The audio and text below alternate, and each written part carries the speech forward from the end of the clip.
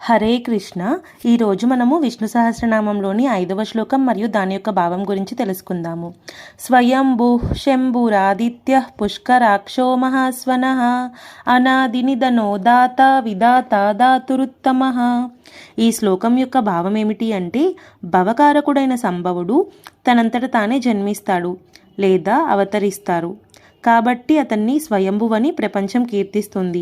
ప్రపంచంలో మంచిని పెంచేందుకు స్వయంభువు జన్మిస్తాడు కాబట్టి అతన్ని శంభు అని కూడా అంటారు. ఈ అవతరణం ప్రతిదినం సూర్యోదయంలో ప్రత్యక్షంగా కనిపిస్తుంది.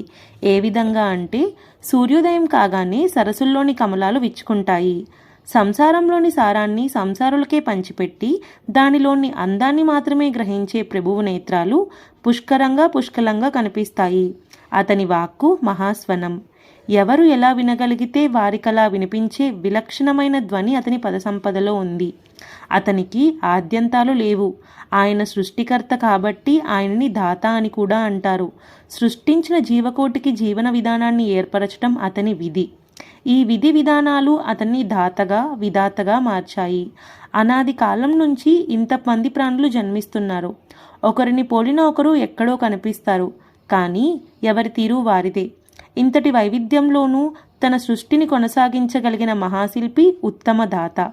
ఏదో ఒక ఉత్తమ ధాతు బలం వల్లనే ఈ సృష్టి కార్యం సాధ్యమవుతున్నది అని ఈ శ్లోకం యొక్క భావం. హరే కృష్ణ.